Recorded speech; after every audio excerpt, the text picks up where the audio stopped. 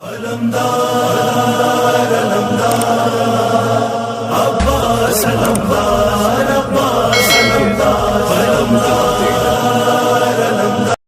آپ حضرات توجہ دیں گے۔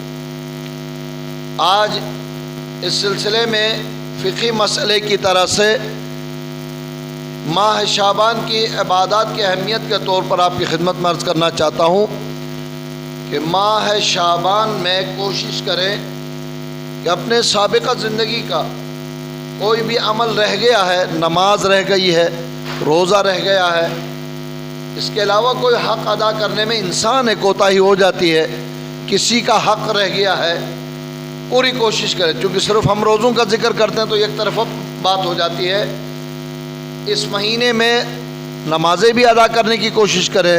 روزوں کے لیے تو ڈبل فائدہ ہے۔ ایک روزہ رکھنے پر نبی نے جنت کا وعدہ فرمایا ہے۔ اگر کسی پر 4 5 یا 1 مہینہ یا اس سے زیادہ روزے ہیں تو ماہ شعبان میں روزے رکھے، ڈبل فائدہ لے، اپنا فریضہ بھی ادا کر کے خدا سے خوشنودی حاصل کرے اور ساتھ ساتھ میں مستحب روزوں کا فائدہ بھی حاصل کرے۔ اگر خدا کہہ دیتا فریضہ ہے بس فریضہ ادا کرو، تمہیں ثواب سنت کا نہیں ملے گا، ہم کچھ کر سکتے تھے، لیکن ڈبل فائدہ مل رہا ہے تو کیوں انسان کوتاہی کرے، فریضہ بھی ادا کرے، قضا روزے رکھے اور مستحب روزوں کا ثواب بھی حاصل کرے۔ کیونکہ یہ فقہی مسئلہ سب کو معلوم ہے کہ جس پر واجب روزے قضا موجود ہو وہ مستحب کی نیت سے روزہ نہیں رکھ سکتا۔ ہاں فائدہ ضرور لے کہ واجبات ادا کر کے ساتھ مستحب کا بھی ثواب حاصل کرے۔ جیسا کہ بعض مومنین سوال بھی کرتے ہیں، میں جواب دیا کرتا ہوں، نماز شب ہے، 12 رکعتیں نماز ہیں، ان شبوں میں بڑی عبادتیں بیان ہوئی ہیں، بجائے ان سنت نمازوں کے بجا لانے کے انسان انہی رکعتوں کے حساب سے واجب قضائیں اتارے، ڈبل فائدہ لے، نفل کا ثواب بھی لے اور واجب نمازیں بھی کچھ اتارے۔ کما ان کے ہم شبہائے قدر میں بالکل اسی طرح کرتے ہیں، 6 دن کی قضا نمازیں پڑھتے ہیں، 100 رکعت، تقریباً 102 رکعتیں بن جاتی ہیں، 100 رکعت کا ثواب بھی حاصل ہوتا ہے اور کم از کم 5-6 دنوں کی قضائیں بھی اتر جاتی ہیں۔ تو شعبان کا یہ فائدہ ہے کہ آپ واجبات ادا کرنے کی کوشش کریں۔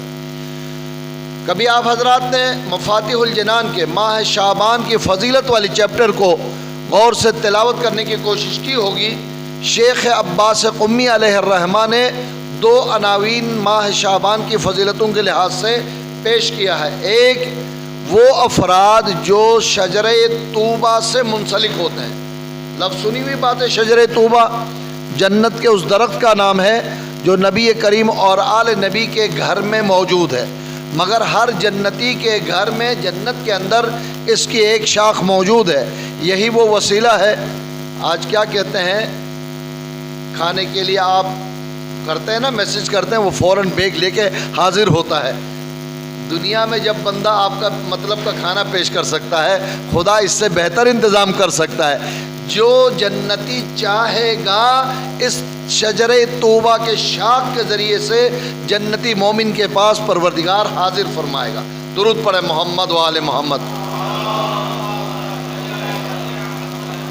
تو شیخ عباس قمی اسی کی طرف اشارہ فرماتے ہوئے کہتے ہیں، جنت کے شجرہ طوبہ سے منسلک ہونا چاہتے ہو، یعنی شجرہ طوبہ سے کنیکشن لینا چاہتے ہو۔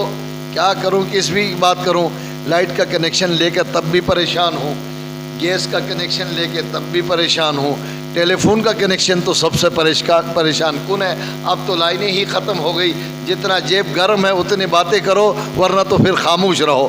یہ کنیکشنز یہاں کے تو منقطع ہو سکتے ہیں، لیکن جنت کا کنیکشن لینا چاہتے ہو، خدا نے دنیا میں موقع دیا ہے، شجرہ طوبہ کے شاخ کا کنیکشن دنیا میں ماہ شعبان کی نیکیوں سے تمہیں حاصل ہوگا۔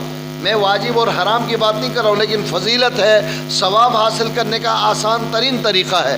شیخ عباس قمی نے چھوٹی چھوٹی باتوں کا ذکر کیا ہے، فرماتے ہیں جو کوئی شخص اس مہینے میں ایک پریشان حال انسان کو صرف صبر کی تلقین کرے، گویا وہ شجرہ طوبہ سے منسلک ہوا۔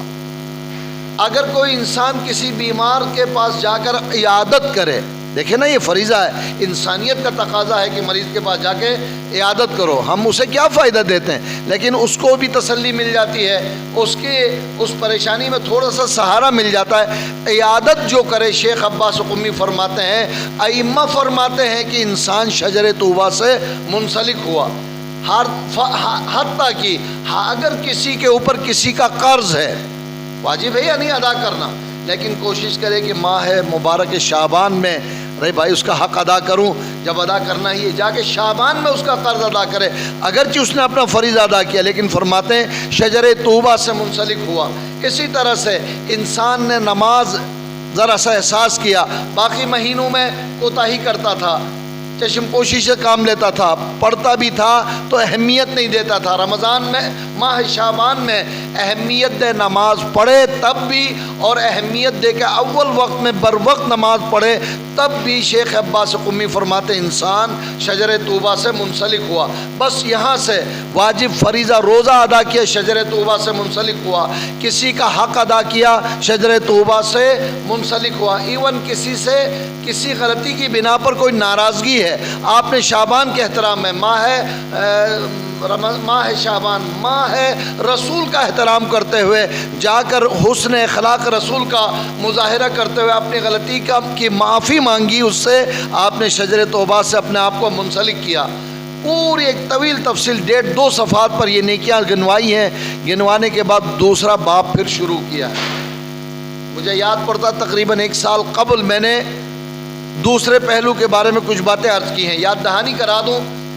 شیخ عباس قمی فرماتے ہیں بس انہی باتوں کا ایک برعکس پہلو بھی ہے. اگر کوئی انسان دوسرے کا حق ادا کرنے میں کوتاہی کرے، اب وہ شجر زقوم سے منسلک ہوا. قرآن کی آیت ہے. مشکل ہوتا ہے مومنین کے سامنے دوزخی باتیں پیش کرنا. بعد میں پھر لوگ کہتے ہیں مولانا صاحب جو طریقہ آپ بتا رہے ہیں ایسا ہی ہے تو پھر تو نجات کسی کی نہیں ہے. ہرگز یہ مطلب نہیں ہے. ہمیں حکم دیا، ہماری لائن کے افراد کے لیے حکم ہے کہ عذاب اس طرح پیش نہ کرو کہ لوگ خدا سے مایوس ہونے لگے. یہ غلط طریقہ ہے. اور نہ اتنا کثرت سے رحمت کا بیان کرو کہ لوگ کہیں بس ایسے رحمت ہے تو پھر ہمیں زحمت کرنے کی کیا ضرورت ہے. انشاءاللہ خدا بڑا غفور الرحیم ہے.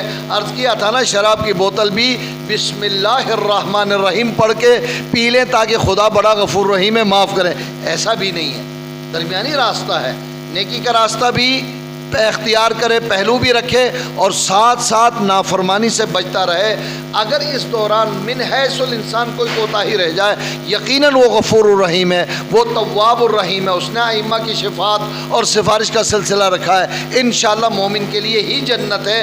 پروردگار ہماری کوتاہیوں کو معاف کرے اور ہمارے اعمال کو جو ہم نے اپنے وسعت کے مطابق انجام دیے اپنی بارگاہ میں قبول فرمائے.